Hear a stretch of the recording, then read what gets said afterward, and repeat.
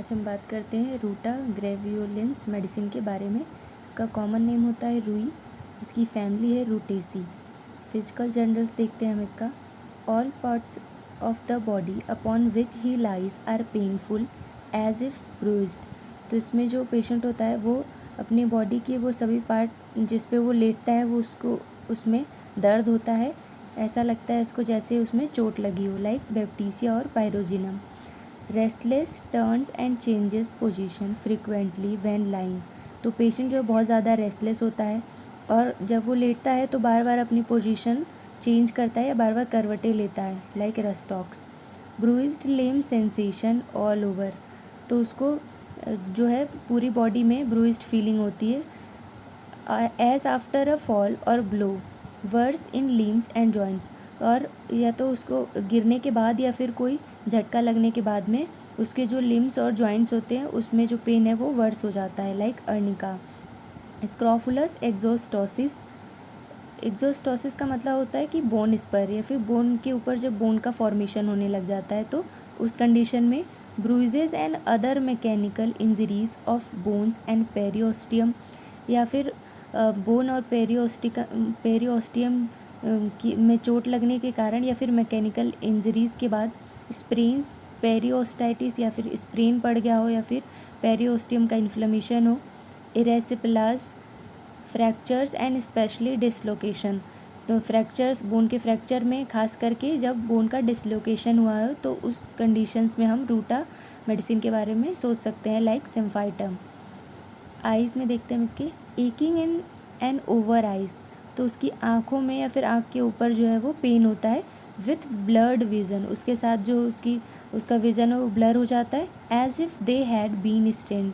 ऐसा लगता है जैसे कि आइज़ में स्ट्रेन पड़ गया हो। After using eyes at fine work. तो किसी फाइन वर्क करने के बाद, मतलब आँखों से अगर कोई बहुत ही फाइन वर्क कर लिया उसके बाद में, वॉच मेकिंग या फिर घड़ी बनाने के बाद, इनग्रेविंग मतलब कोई नक्काशी का काम किया हो तो उसके बाद में आँखों में जो दर्द होता है उसके लिए हम रूटा मेडिसिन सोचते हैं, लाइक नेट्राम्यूर। लुकिंग इंटेंटली या फिर किसी चीज़ को बहुत ध्यान से देख लिया हो तो उसके बाद में जो आँखों में पेन होता है उसमें, लाइक सिनेक मेडिसिन। एम्ब्लायोपिया और asthenopia from over exertion of eyes और एनोमलीज ऑफ रिफ्रैक्शन। तो एम्ब्लायोपिया और एस्थेनोपिया का मतलब होता है कि जो विज़न है वो कम हो जाता है आँखों के ओवर एक्सर्शन के बाद, या फिर जो लेंस का रिफ्रैक्शन होता है उसकी कोई एनोमली हो उसके बाद में। From over use in bad light, या फिर आइज़ का यूज़ जो है वो बहुत ज़्यादा कर लिया हो डिम लाइट में या फिर बैड लाइट में। फाइन सीविंग, या फिर कोई बहुत ही ज़्यादा फाइन सिलाई बुनाई का काम कर लिया उसके बाद में। ओवर रीडिंग एट नाइट, या फिर बहुत ज़्यादा स्टडी कर ली हो रात में। मिस्टी मतलब धुंधला। डिम विज़न, तब जो विज़न है वो बहुत कम हो जाता है। With complete obscuration at a distance, या फिर कुछ दूरी पर जाके बिल्कुल आंखों के सामने अंधेरा हो जाता है तो उस कंडीशन में हम रूटा मेडिसिन सोचते हैं। Eyes burn, ache, feel strain, hot like balls of fire, spasm of lower lids. आँखों में जलन होती है, आँखों में पेन होता है, आइज़ में स्ट्रेन वाली फीलिंग होती है, गर्म होती है और इतना ज़्यादा गर्म होता है ऐसा लगता है जैसे आँख का गोला निकल रहा हो। स्पैज्म ऑफ लोअर मतलब लोअर लिड जो होती है उसमें स्पैज्म पड़ जाते हैं। जीआईटी में देखते हैं हम इसका। कॉन्स्टिपेशन फ्रॉम इनएक्टिविटी और इम्पैक्शन फॉलोइंग मैकेनिकल इंजरीज। तो इनका जो कॉन्स्टिपेशन होता है या तो उसमें जो इनएक्टिव हो गया हो रेक्टम उसकी वजह से, या फिर मैकेनिकल इंजरी के बाद में उसका जो इम्पैक्ट पड़ता है उसके बाद में कॉन्स्टिपेशन होता है, like arnica. Prolapse of rectum immediately on attempting a passage. तो passage from the slightest stooping, या तो फिर किसी कहीं से झुक के निकलने के तुरंत बाद निकलने का जब कोशिश करता है उसके तुरंत बाद जो उसका रेक्टम होता है वो बाहर की तरफ प्रोट्यूड हो जाता है या फिर रेक्टम का प्रोलैप्स हो जाता है। आफ्टर कन्फाइनमेंट या फिर कारावास के बाद। फ्रीक्वेंट अनसक्सेसफुल अर्निंग, उसको बार बार बहुत ज़्यादा फ्रीक्वेंटली डिज़ायर होती है स्टूल पास करने की, लेकिन वो स्टूल पास नहीं कर पाता है। यूरिनरी सिस्टम में देखते हैं हम इसका, pressure on the bladder as if constantly full. तो ब्लैडर पे एक दबाव का सेंसेशन होता है, ऐसा लगता है जैसे वो लगातार भरा हुआ हो। Continues after urinating, even urine pass करने के बाद भी ये सेंसेशन कंटिन्यू रहता है। Could hardly retain urine on account of urging, तो अगर उसको अर्ज हुआ यूरिन पास करने का तो वो बहुत मुश्किल से ही उसे रोक पाता है।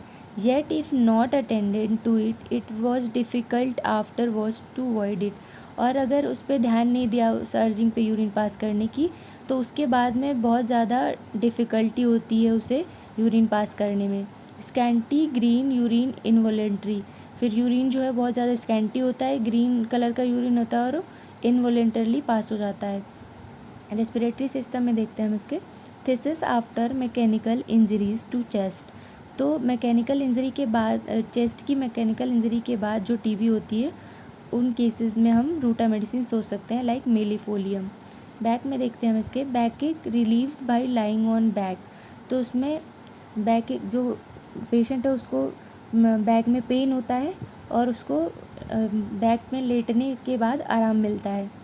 एक्सट्रीमिटीज़ देखते हैं हम इसका, लेमनेस आफ्टर स्प्रेन्स।